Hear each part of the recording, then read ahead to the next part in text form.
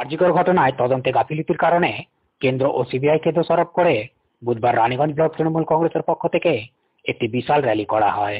এই র্যালি শুরু হয় রানীগঞ্জ তার বাংলা মোড় থেকে। তারপর রানীগঞ্জ বাজার ঘুরে নেতাজি মোড়ে এসে একটি সভা করে র্যালি শেষ হয়।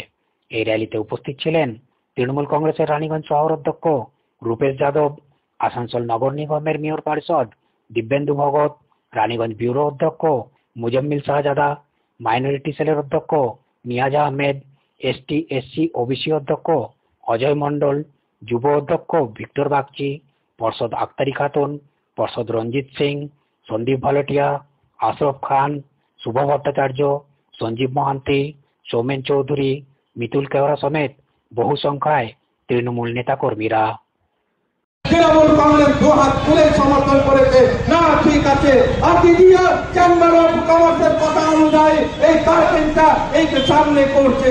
ঠিক সেই রকম ভাবে সিটিজেন ফোরামের নাম করে যদি বামপন্থী মার্ক্সবাদী কমিউনিস্ট পার্টি ভাবেন যে আমি পিছন দরজায় দিয়ে রানীগঞ্জ শহরে রাজনীতিটা করবো, তৃণমূল কংগ্রেস ঝান্ডা তৃণমূল কংগ্রেস সবসময় করে দিয়েছে, এইটা করতে দেওয়া যাবে না, এটা করতে দেওয়া যাবে না।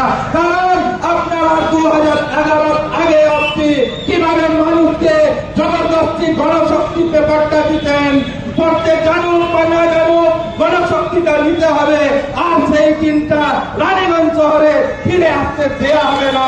এটা তৃণমূল কংগ্রেস অঙ্গীকার করছে, এটা তৃণমূল কংগ্রেস অঙ্গীকার করছে।